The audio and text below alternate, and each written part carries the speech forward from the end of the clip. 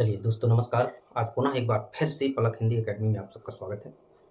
चलिए चलते हैं। आज का जो हमारा टॉपिक है वो आपके सामने है बिंब। बिंब की वस्तुनिष्ठ प्रश्न। जो बिंब टॉपिक है उस बिंब से जितने भी आपके वस्तुनिष्ठ प्रश्न हैं उन सभी प्रश्नों पर हम चर्चा करेंगे। लेकिन एक बार आप लोग चैनल को लाइक, सब्सक्राइब और शेयर जरूर कर दें। चलिए ज़्यादा समय न लेते हुए देखिए, टॉपिक हमारा है बिंब। और बिंब से जितने भी वस्तुनिष्ठ प्रश्न आपके बन रहे हैं वो सारे प्रश्नों पर हम चर्चा करते हैं। चलिए हम पॉइंट बाय पॉइंट आपके जो ऑब्जेक्ट हैं या वस्तुनिष्ठ प्रश्न हैं इन सारे प्रश्नों पर हम आज चर्चा करने वाले हैं। चलिए सबसे पहला देखिए, प्रश्न ये है कि बिंब को अंग्रेजी में क्या कहते हैं? तो अंग्रेजी में इमेज कहते हैं। इमेज कहते हैं। पहला प्रश्न क्या कहते हैं? इमेज कहते हैं। बिंब को अंग्रेजी में इमेज कहते हैं। पहला प्रश्न हो गया। दूसरा देखते हैं, बिंब का शाब्दिक अर्थ क्या है? बिंब का शाब्दिक अर्थ, शाब्दिक अर्थ क्या है भाई? शाब्दिक अर्थ है मूर्त रूप प्रदान करना। जिसका शाब्दिक अर्थ है, बिंब का शाब्दिक अर्थ है मूर्त रूप प्रदान करना। चलिए तीसरा देखते हैं, बिंब को पाश्चात्य देशों में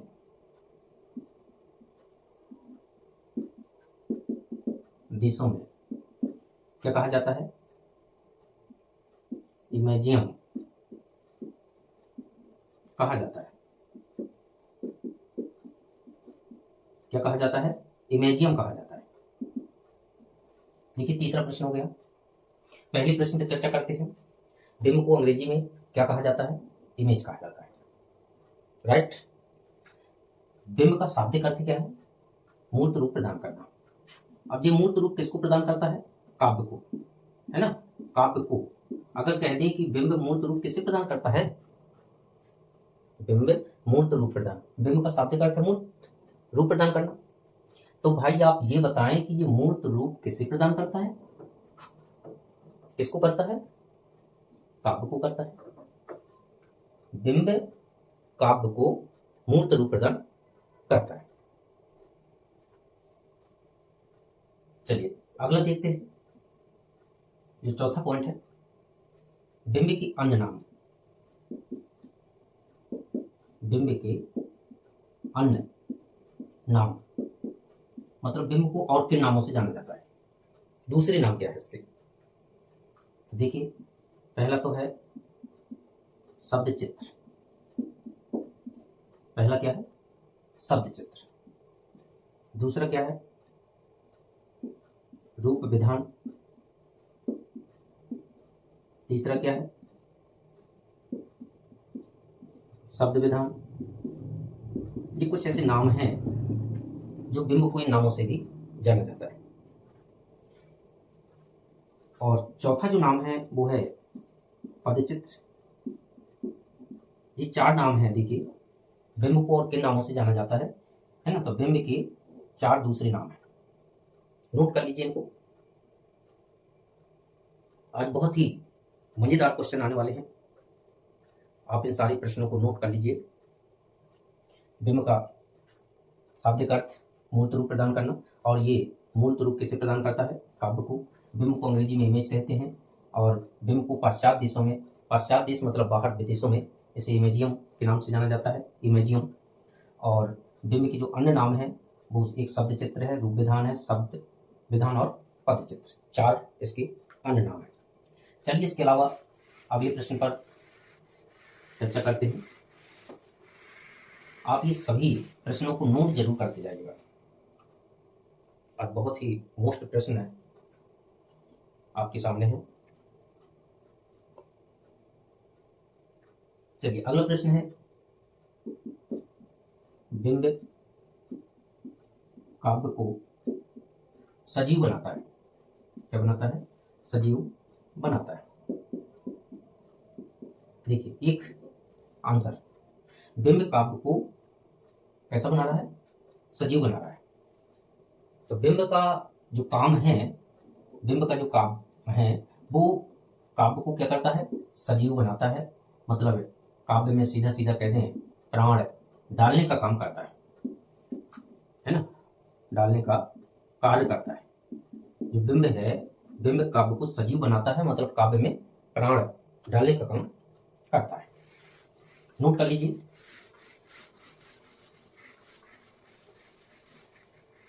और बहुत ही जल्दी आप लोगों की लाइव क्लास भी आने वाली है, तो ज़्यादा से ज़्यादा दोस्तों को भी आप लोग बता दें और लाइव क्लास में जुड़ें। और ये लाइव क्लास आपकी रात 9 बजे है ना, प्रतिदिन होगी। और ये जो क्लास होगी आप लोगों की 9वीं से लेकर के 12वीं तक के सभी बच्चों के लिए क्लास होगी। इसमें आपकी हर एक क्लास के अलग अलग टॉपिक वाइज आपकी चर्चा होगी। और ख़ास तौर पर जो 12वीं के मेरे प्यारे बच्चे हैं वो ज़रूर इस बात का ध्यान रखें कि यदि आपको हिंदी में अच्छे अंक लाना है तो रात 9 बजे ज़रूर आप लोग उपस्थित हों। चलिए अगला है जो कल्पना द्वारा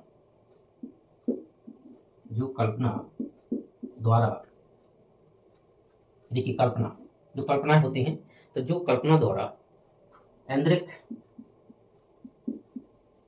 अनुभवों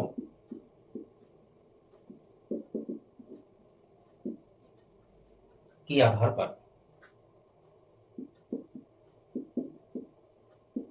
कल्पना द्वारा ऐन्द्रिक अनुभवों के आधार पर निर्मित होता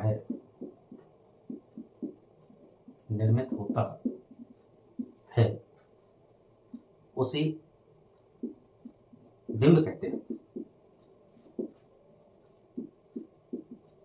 उसी क्या कहते हैं दोस्तों, बिंब कहते हैं। देखिए बिल्कुल सटीक परिभाषा आपके सामने लिखी हुई है बिंब की। इस परिभाषा को आप बिल्कुल याद कर लें, जी आपकी बहुत ही कहते हैं मोस्ट परिभाषा है। जो कल्पना द्वारा ऐन्द्रिक अनुभवों के आधार पर, किसके आधार पर, ऐन्द्रिक अनुभवों के आधार पर निर्मित होता है ना। कल्पना शक्ति के सहारे इंद्रियों, जो हमारी ज्ञानेंद्रियां हैं, उनके अनुभव के आधार पर जो हमारे मस्तिष्क में चित्र निर्मित होता है, क्या निर्मित होता है, चित्र निर्मित होता है, वही क्या कहलाता है दोस्तों, बिंब कहलाता है। इसको आप लोग बड़ी आसानी से इसे याद कर सकते हैं, तो आप लोग इसको नोट कर लें। ये बहुत ही कहते हैं मोस्ट परिभाषा है। और अगला पॉइंट देखते हैं, जो बिंब के तत्व।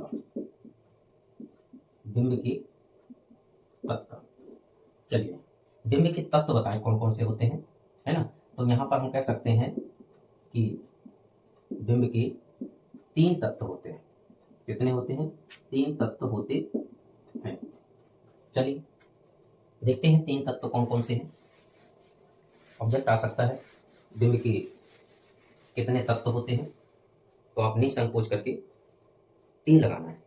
कौन कौन से हैं 3, एक तो कल्पना हो गया, दूसरा आपका भाव हो गया, एक कल्पना है दूसरा भाव है, और जो तीसरा है वो ऐन्द्रिकता है। तीसरा जो है ऐन्द्रिकता, ये आपके 3 क्या हो गए, तत्व हो गए। तो ये 3 तत्वों को जरूर नोट कर लें, क्योंकि बिंब के तत्व पेपर में 100% पूछे जाएंगे। बिंब के कितने तत्व होते हैं और उनके नाम लिखिए, है ना। तो बिंब के 3 तत्व होते हैं। चलिए कितने होते हैं, 3 होते हैं, और तीनों के नाम मैंने लिखा दिए, कल्पना, भाव और ऐन्द्रिकता। चलिए अगला देखते हैं, 8वां पॉइंट है बिंब के प्रकार। बिंब के प्रकार कितने होते हैं, तो देखिए बिंब के 3 प्रकार भी होते हैं। अब आपको यहाँ पर डाउट नहीं होना है ना, क्योंकि तत्व भी 3 है और प्रकार भी 3 है। अब 3 प्रकारों में देखते हैं कौन कौन से हैं। तो पहला जो प्रकार है वो ऐन्द्रिक बिंब है। ऐन्द्रिक बिंब है, ठीक है। ऐन्द्रिक बिंब कितने प्रकार का होता है, 5 प्रकार का होता है। चलिए देखते हैं। दूसरा काल्पनिक बिंब है। दूसरा जो बिंब है वो कौन सा है, काल्पनिक बिंब है। और जो तीसरा है वो है प्रेरक अनुभूति के आधार पर, अनुभूति के आधार पर निर्मित बिंब, प्रेरक अनुभूति के आधार पर निर्मित बिंब। ये तो हो गए आपके बिंब के प्रकार। ये देखिए प्रमुख हैं, प्रमुख कितने प्रकार के होते हैं, है ना। अगर किसी के नाम के अनुसार पूछे जाए तो अलग अलग है, लेकिन अभी तो हम चलते हैं कि बिंब समान तौर पर कितने प्रकार का होता है, 3 प्रकार का होता है। ऐन्द्रिक बिंब, है ना, ऐन्द्रिक बिंब कितने प्रकार का बताया गया है, 5 प्रकार का भी हम चर्चा करेंगे। काल्पनिक बिंब और प्रेरक अनुभूति के आधार पर निर्मित बिंब। चलिए अब हम इसको नोट कर लीजिए, और अब हम चर्चा करेंगे जो ऐन्द्रिक बिंब हैं वो 5 प्रकार के होते हैं। तो इन 5 प्रकारों में से वो 5 प्रकार कौन है ना, इस पर हम चर्चा करेंगे। तो आप हेडिंग डाल लीजिए ऐन्द्रिक बिंब, है ना। ऐन्द्रिक बिंब कितने प्रकार का होता है, ये 5 प्रकार का बताया गया है। चलिए देखते हैं ये 5 प्रकार कौन कौन से हैं। 5 प्रकार का होता है भाई, देखते हैं 5 प्रकार, ठीक है। चलिए पहला जो है दृश्य बिंब है। पहला कौन सा है, दृश्य बिंब है। और इसी का दूसरा नाम चाक्षुष बिंब है, चाक्षुष बिंब है, ठीक है। ये बनता कहाँ है भाई, ये बनता है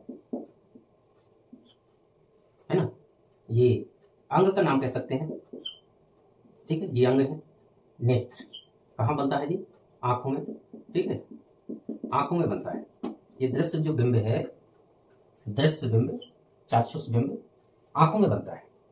मतलब हम कहते हैं कि कौन सी चीज या कौन सी ऐसी बात जिसे हम देख करके पता लगाते हैं, इन्हीं का तो नाम है ज्ञान इंद्रियां, है ना। यही है भाई ज्ञान की इंद्रियां, ज्ञान प्लस इंद्रियां, ठीक है, यही है ज्ञान इंद्रियां। ज्ञान कहां से हुआ, आंख से, आंख से ज्ञान हुआ, मतलब कौन सा बिंब है, दृश्य या चाक्षुष बिंब। चलिए दूसरा देखते हैं, दूसरा कौन सा है, श्रव्य बिंब। दूसरा जो है श्रव्य बिंब है, या इसी को नादात्मक बिंब भी कहते हैं। इसी को क्या कहते हैं, नादात्मक बिंब भी कहते हैं। अच्छा ये श्रव्य बिंब कहाँ बनेगा, आप बताएं, हमें कमेंट करके जरूर बताएं कि ये जो श्रव्य बिंब है ये कहाँ बनेगा। क्योंकि दृश्य बिंब है ना, या चाक्षुष बिंब तो बनता है भाई आंख में, ठीक है, आप लोगों को पता। लेकिन ये श्रव्य बिंब जो है ये कहाँ बनेगा, है ना। तो इसका जो अंग है वो है कान, ठीक है, कान, कानों में, कहाँ बनता है, कानों में। चलिए तीसरा देखते हैं, तीसरा है स्पर्श बिंब। स्पर्श बिंब या इसी का जो एक और नाम है वो है स्पर्श बिंब, स्पर्श बिंब भी कहते हैं। चलिए ये कहाँ बनेगा, ये बताएं आप, है ना। ये कहाँ बनेगा भाई, ये बनेगा त्वचा, ये कहाँ बनेगा, त्वचा में बनेगा, ठीक है। त्वचा भी कह सकते हैं इसको, शरीर भी कह सकते हैं, है ना, इसको हाथ भी कह सकते हैं, ठीक है। जब कोई चीज हमें पता चलती है छूने से, है ना, टच करने से पता चलती है। अगर हम किसी चीज को टच करके पता चलते हैं करते हैं कि ये मुलायम है, कठोर है, ठीक है, तो मुलायम है भाई कैसे पता चलेगा, अगर हम छुएंगे तब पता चलेगा मुलायम है। कोई चीज कठोर है कैसे पता चलेगा, बोले छू करके पता चलो। तो जहां से हमें ज्ञान हुआ उसे हम क्या कहा, त्वचा, शरीर या हाथ। हाथों से हमने क्या किया, टच किया। पैर से भी कह सकते हैं, शरीर का कोई भी अंग आप टच कर सकते हैं, इसलिए यहां पर क्या लिया गया है, त्वचा लिया गया है। चलिए चौथा, चौथा जो है गंध, इसको गंध बिंब भी कहते हैं। गंध बिंब के अलावा इसे घ्रातव्य बिंब भी कहते हैं। इसको क्या कहते हैं, घ्रातव्य बिंब भी कहा जाता है, और इसी को घ्राण भी कहते हैं, घ्राण बिंब भी कहते हैं। देखिए इसके 3 नाम हैं, एक घ्राण, एक घ्रातव्य और एक गंध, 3 नाम है। और कहाँ से, अंग क्या है, नाक, है ना। नाक, नाक का काम क्या है? सूंघना, ठीक है। मतलब सूंघ करके, तो सूंघ करके कोई चीज पता चलती है कि ये सुगंधित है ना, खुशबूदार है या बदबू। तो ऐसी चीज हमें अगर सूंघ करके पता चलती है तो कहते हैं कौन सा बिंब है? ग्रातव्य बिंब है, घ्राण बिंब है या गंध बिंब है। चलिए इसके बाद पांचवा, पांचवा चलिए सबसे मोस्ट है स्वाद, है ना। कौन सा? स्वाद बिंब है।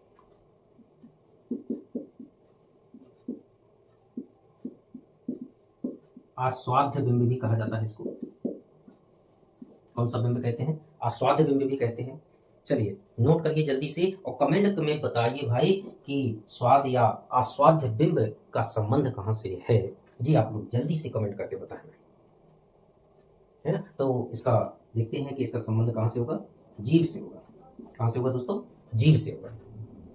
चलिए जल्दी से नोट कर लीजिए और इसके बाद हम कुछ और प्रश्नों पर चर्चा करेंगे।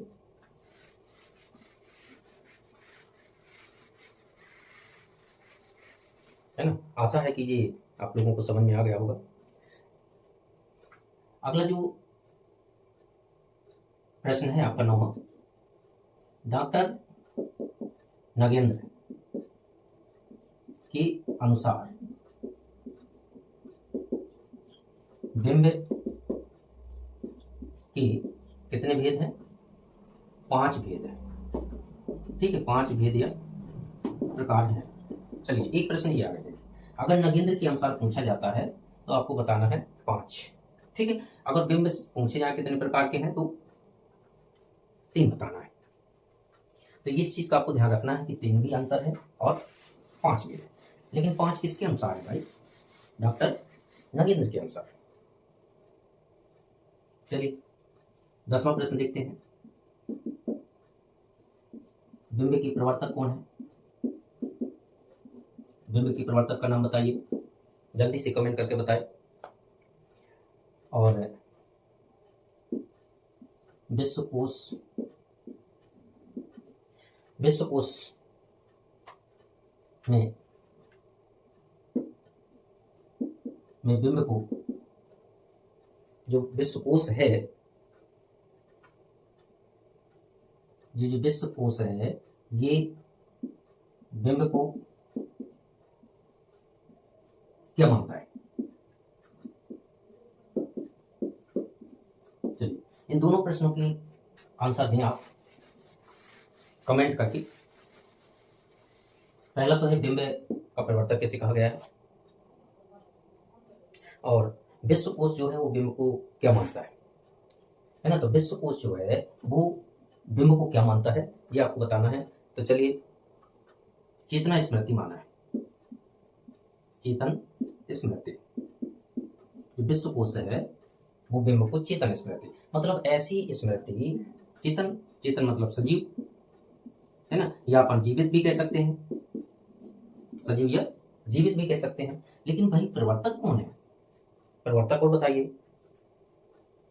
तो जो इसके प्रवर्तक हैं टीई होल में, ये इसके कौन है? बिंब के प्रवर्तक। टीई होल में जिसके प्रवर्तक है। चलिए अब हम प्रश्नों पर थोड़ा सा चर्चा कर लेते हैं, एक आध उदाहरण के रूप में कैसे प्रश्न आते हैं। जैसे हमने पहला प्रश्न दे दिया कि घंटी बजाते हुए, घंटी बजाते हुए में आपको बताना है बिंब कौन सा बिंब है। घंटी बजाते हुए जो है इसमें कौन सा बिंब है भाई, जल्दी से बताएं आप। दूसरा है साइकिल चलाते हुए, साइकिल चलाते हुए, इसमें भी आपको बताना है बिंब कौन सा है ना, इसमें भी बताना है। चलिए अगला देखते हैं। तो अगला जो है वो कह रहा है कि गुलाब बहुत सुगंधित है, इसमें भी आपको बताना है बिंब कौन सा है।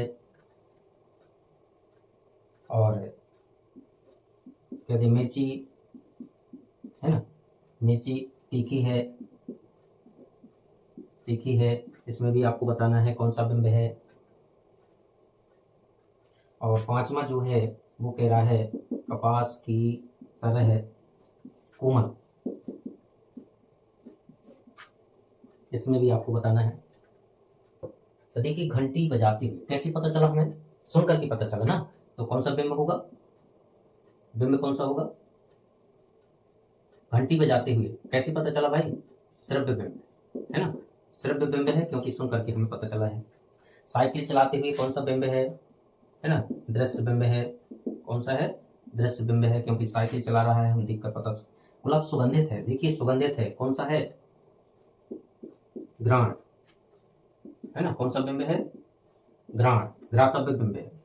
मिर्ची तीखी है, कौन सा बिंब है भैया, आस्वाद्य है ना, या कहते हैं स्वाद बिंब है। कौन सा बिंब है, स्वाद बिंब है। और कपास की तरह कोमल है, कैसे पता चला भाई, स्पर्श से पता चला, तो स्पर्श बिंब हो जाएगा। जी आपका आज बिंब का टॉपिक समाप्त होता है। तो दोस्तों यदि ये वीडियो आप लोगों को अच्छा लगा हो तो ज़्यादा से ज़्यादा दोस्तों तक इसे शेयर भी कर दें, चैनल को लाइक कर लें, सब्सक्राइब कर लें और कमेंट करके ज़रूर बताएं कि आपको ये वीडियो कैसा लगा, बिंब समझ में आया कि नहीं आया, है ना, जिससे मैं अगली वीडियो में आपकी समस्या का समाधान कर सकूं। जय हिंद, जय भारत।